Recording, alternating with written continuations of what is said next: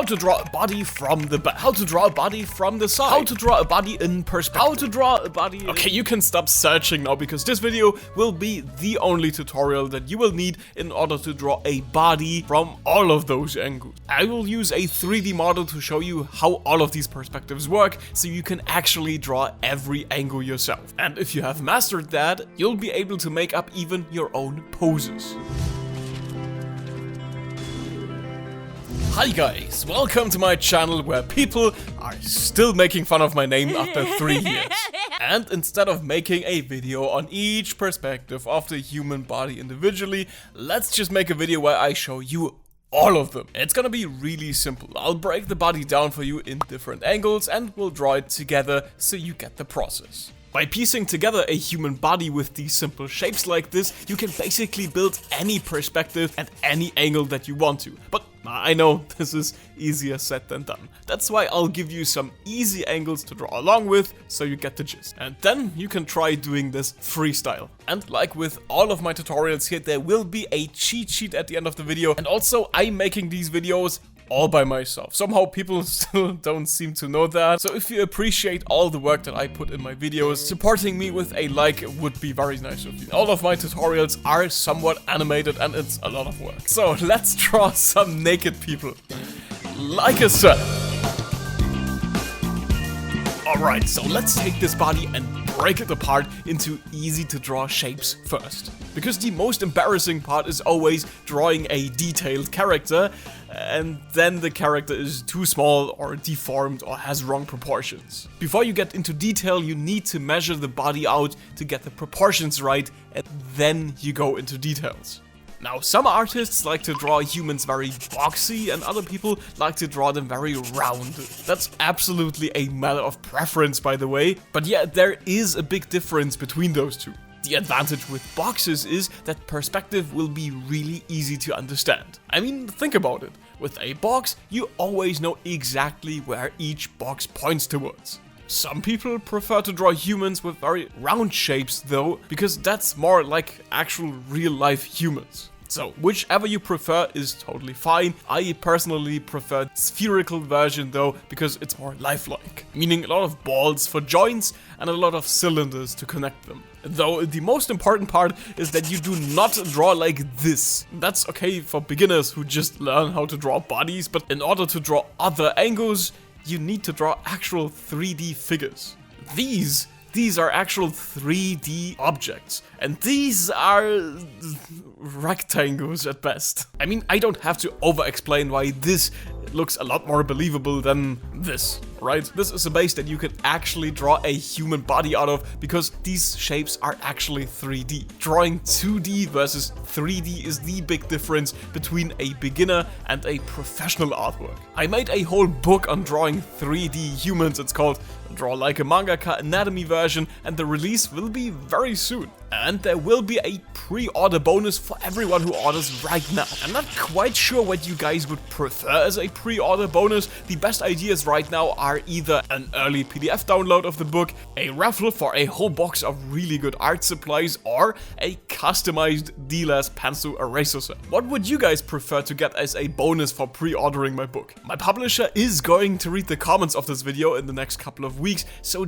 definitely make sure to vote for your favorite pre-order bonus down below. And if you now want to pre-order the English version of my anatomy book, there is a link down below. Make sure you will order early so you will get the pre-order bonus as well. Okay, now let's finally draw some different angles. Like a sir! I already said that, sorry.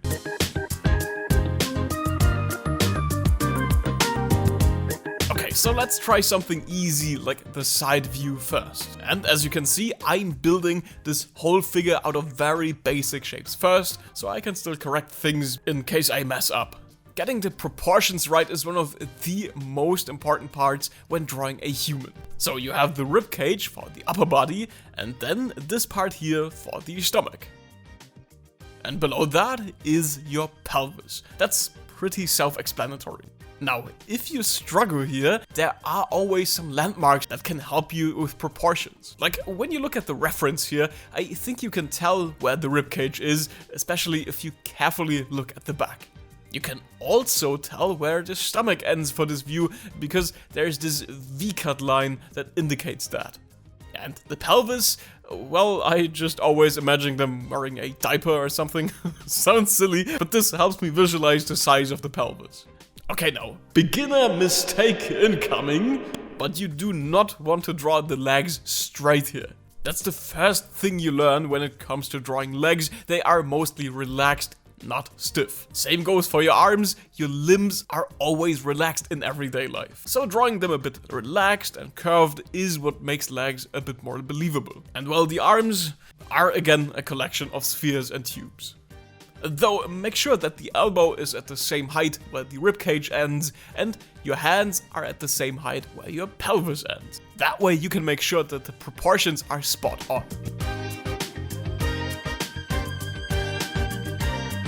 Now, before you go into any detail, you can always measure out if the proportions are correct. Like, maybe you feel like your character is too short or too tall. In that case, you can just measure it out. Usually, a grown-up character isn't taller than like 7 or 8 heads. I actually think the neck on my drawing is a bit too long here, but yeah, mostly it fits. And another useful tip here is that your legs are always half your size. So this should be the halfway point of your drawing. If it's not, it's either because your legs are off or your upper body is off.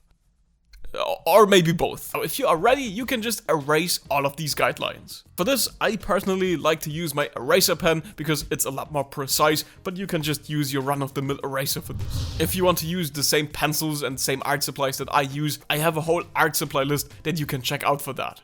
Now, you can finish drawing this character any way you want to. Like, if you want to make them incredibly muscular, then go ahead, look up some anatomy references on the muscles and add them to your character. For this case, though, I'll give you my 3D model as a reference so you can reference some shapes here.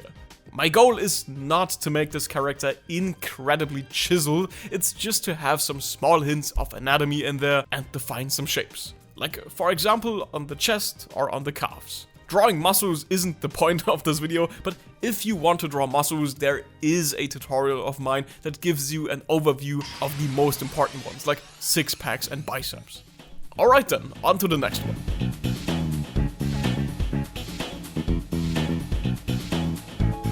Now, when drawing the back view, I start pretty much the same way as before. I draw a circle for the head, and I personally like to add ears as well, just to help with orientation. The neck tube starts a bit earlier here, which makes sense, because from the back you can see more of the neck. And if you are new to my videos and you didn't see my other body drawing tutorials yet, I always connect the shoulders using these cone shapes. After that, I add an oval rib cage, just like before. But from the back view, I always like to divide the back into two halves. And that's because of the latissimus, aka because of the lats.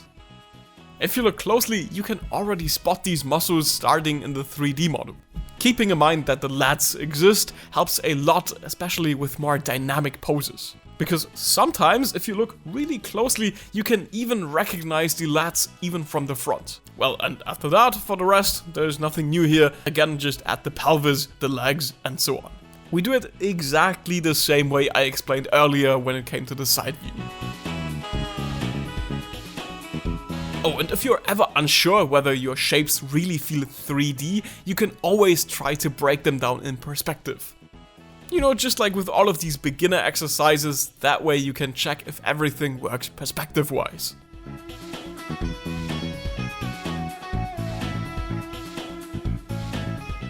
Also, make sure to double check if the overall size of your character is correct. Remember, 7 to 8 heads are the standard proportions.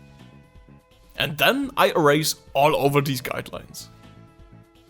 And then we continue the same way as we did before with the previous view.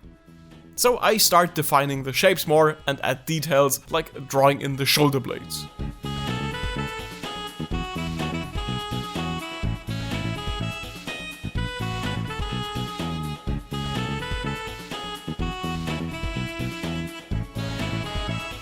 And that's it for the back view.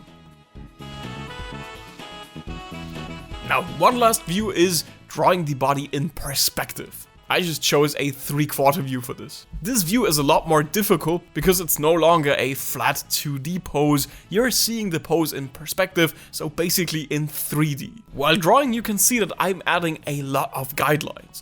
For example, I split the face in half with a guideline on the front, so I precisely understand the perspective of the head. And I also draw one long guideline for the shoulders, so everything stays aligned on the same line. Other than that, I built the body the same way as we did before. Rib cage, stomach, pelvis.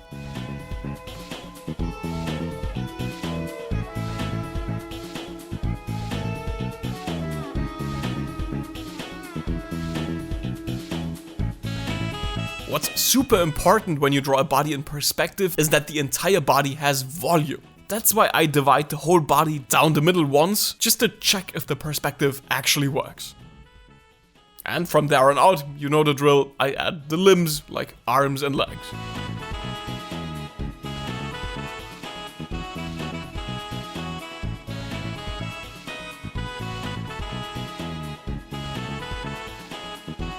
As a beginner, the legs was always the hardest part for me. Because making a character look like they're standing in a believable way is not an easy thing to do, especially in perspective. So if you are also struggling with this, like I did back in the day, I've made a video exactly about that topic. About how to make your drawings properly stand. There are a lot of things that I personally wish I had known as a beginner, so if you have any topic that you struggle with, chances are I do have tutorials on those. And from here on out, if you are done, it works exactly like it did before. Feel free to check out my 3D reference and copy a few details. For example, a more defined chest, or maybe defining the shapes even further, and obviously drawing the actual hands. And that was the final step to being able to draw bodies from any perspective. And now you can apply this to any perspective and any pose. As long as you keep using those basic shapes we've been using the whole time, you can basically construct any pose you want with that. From here on out, the workflow is always the same. Start with basic shapes, erase the guidelines, and then draw in the muscle details. But always use anatomy references for this last step. That's how you improve much faster. There is no harm in actually using references. And for practicing at home, I also made a cheat sheet for you. But this cheat sheet doesn't come for free though. In exchange, I want you to subscribe if you haven't already. So yeah, all subscribers of the channel, go ahead and take a screenshot and use it to practice your own poses. Speaking of which, I did make a tutorial about how to draw from imagination. And also, don't forget to check out my new anatomy book. The English release will be very soon, so don't forget to pre-order in time.